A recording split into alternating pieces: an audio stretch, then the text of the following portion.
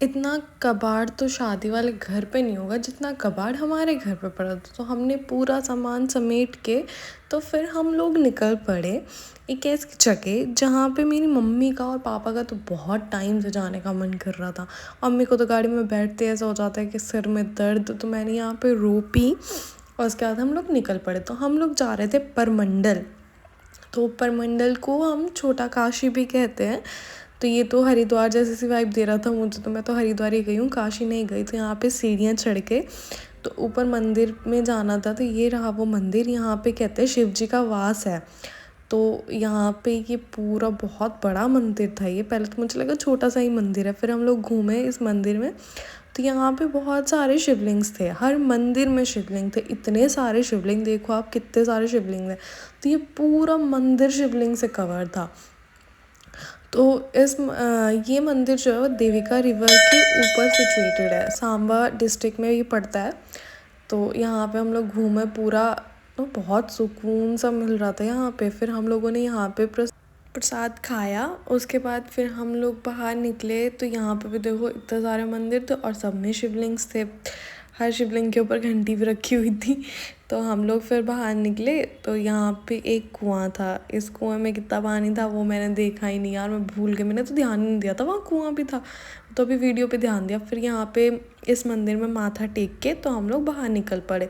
यहाँ पे तो ऐसा भी सुना है मैंने कि अगर हड्डियाँ दफनाओ तो वो गंगा में पहुँच जाती है। फिर हम लोग यहाँ पे रुके। तो यहाँ पे हमने फ़ोटोशूट करा, यहाँ मामू बैठ गए फ़ोटोशूट करवाने के लिए। तो फिर हम लोग निकल पड़े वापस के लिए। तो यहाँ पे हमें रास्ते में दिखा मोर। तो फिर उसके बाद ये बहुत सारे मंदिर थे यार रास्ते में, मेरा तो इतना मन कर रहा था मंदिर में जाने का, बट हम लोग लेट हो रहे थे, शाम हो रही थी तो जा नहीं पाए। सुबह जल्दी आना चाहिए था, 2 बजे तो हम घर से निकले थे, 4 बजे तो हम यहीं पहुँचे। पर कोई ना, नेक्स्ट टाइम तो पक्का सारे मंदिरों में जाएंगे। तो यहाँ पे ये भवन सा था, पुराने भवन, यहाँ लोग रहते होंगे, पहले लोगों के लिए रहने के लिए जगह होगी। तो फिर हम इस मंदिर में आए थे। ये मंदिर था उत्तर वैनी में। तो इस मंदिर की हिस्ट्री यार मैं पूछ नहीं पाई पापा से, भूल गई पूछना। तो ये मंदिर भी बहुत अच्छा सा था। इस मंदिर में ये पहले तो एक बीच में मंदिर था और फिर उसके चारों ओर ऐसे छोटे छोटे मंदिर थे और कुछ रूम्स भी थे। ये वो रूम्स ऐसा लग रहा था कि मतलब किसी के रहने के लिए बनाए हुए थे। कुछ रूम्स में तो लॉक भी लगा हुआ था। तो और कुछ कुछ तो मंदिर थे। ये देखो मैंने थोड़ी थोड़ी वीडियो बनाई थी, जल्दी जल्दी कर दी है। तो इसमें देख सकते हो आप, ये कुछ रूम्स है खाली खाली और कुछ तो ऐसे मंदिर मंदिर से हैं।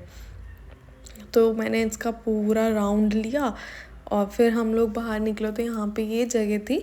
तो उत्तरवैनी इसका डोगरी में नाम है। इसका मतलब ये है कि यहाँ पे जो नदी है वो उत्तर दिशा में बहती है, नॉर्थ टू साउथ। वैसे तो नॉर्थ टू साउथ बहती है ना, तो ये जो है साउथ टू नॉर्थ बहती है। हाँ, मैं थोड़ी कंफ्यूज हो गई थी, सॉरी। फिर हमने यहाँ पकौड़े वगैरह खाए, उसके बाद निकल पड़े। तो पहले हम लोग आए नानी के घर पे। तो यहाँ हमने मामी को बोल दिया था खाना बना के रखना, क्योंकि हम लोग इतने लेट हो गए थे, घर पे जाके कब खाना बनाते।